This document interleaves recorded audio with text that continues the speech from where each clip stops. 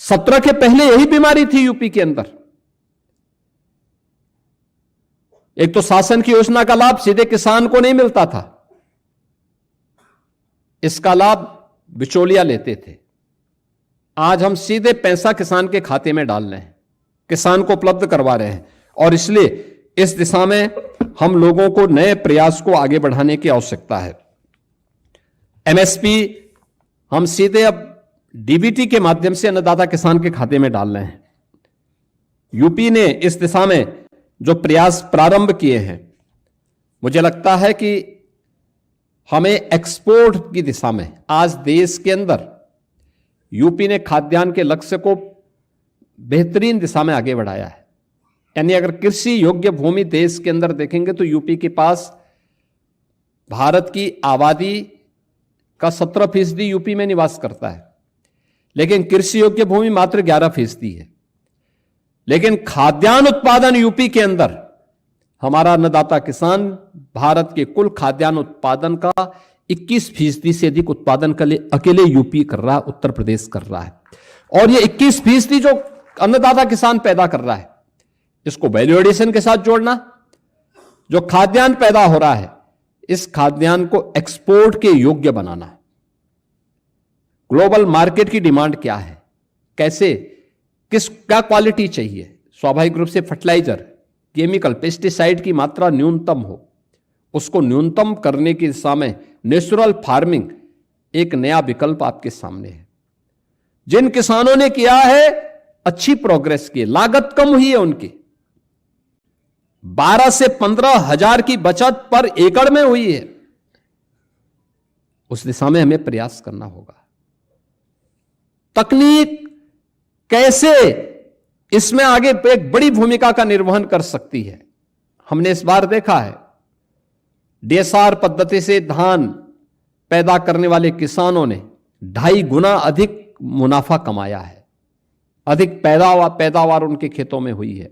लागत कम हुई है लेकिन पैदावार ज्यादा हुई है, और लागत कम प्रोडक्शन ज्यादा, जब ज्यादा होगी किसान अपने आप उससे मुनाफा कमाएगा। 17 के पहले यही बीमारी थी यूपी के अंदर। एक तो शासन की योजना का लाभ सीधे किसान को नहीं मिलता था, इसका लाभ बिचौलिया लेते थे।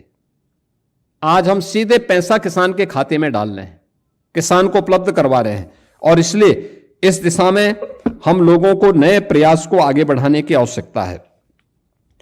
एमएसपी हम सीधे अब डीबीटी के माध्यम से अन्नदाता किसान के खाते में डाल रहे हैं। यूपी ने इस दिशा में जो प्रयास प्रारंभ किए हैं, मुझे लगता है कि हमें एक्सपोर्ट की दिशा में आज देश के अंदर यूपी ने खाद्यान्न के लक्ष्य को बेहतरीन दिशा में आगे बढ़ाया है। यानी अगर कृषि योग्य भूमि देश के अंदर देखेंगे तो यूपी के पास भारत की आबादी का 17% यूपी में निवास करता है, लेकिन कृषि योग्य भूमि मात्र 11% है। लेकिन खाद्यान्न उत्पादन यूपी के अंदर हमारा अन्नदाता किसान भारत के कुल खाद्यान्न उत्पादन का 21% से अधिक उत्पादन अकेले यूपी कर रहा है, उत्तर प्रदेश कर रहा है।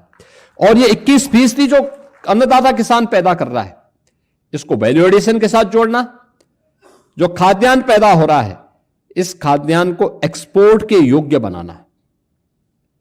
ग्लोबल मार्केट की डिमांड क्या है, कैसे क्या क्वालिटी चाहिए, स्वाभाविक रूप से फर्टिलाइजर, केमिकल, पेस्टिसाइड की मात्रा न्यूनतम हो, उसको न्यूनतम करने की दिशा में नेचुरल फार्मिंग एक नया विकल्प आपके सामने है।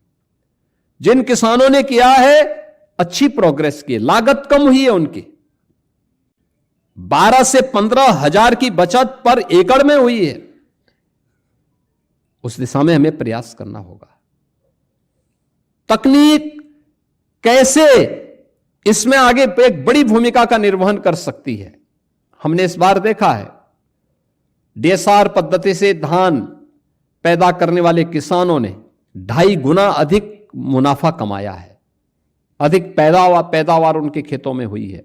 लागत कम हुई है लेकिन पैदावार ज्यादा हुई है, और लागत कम प्रोडक्शन ज्यादा, जब ज्यादा होगी किसान अपने आप उससे मुनाफा कमाएगा।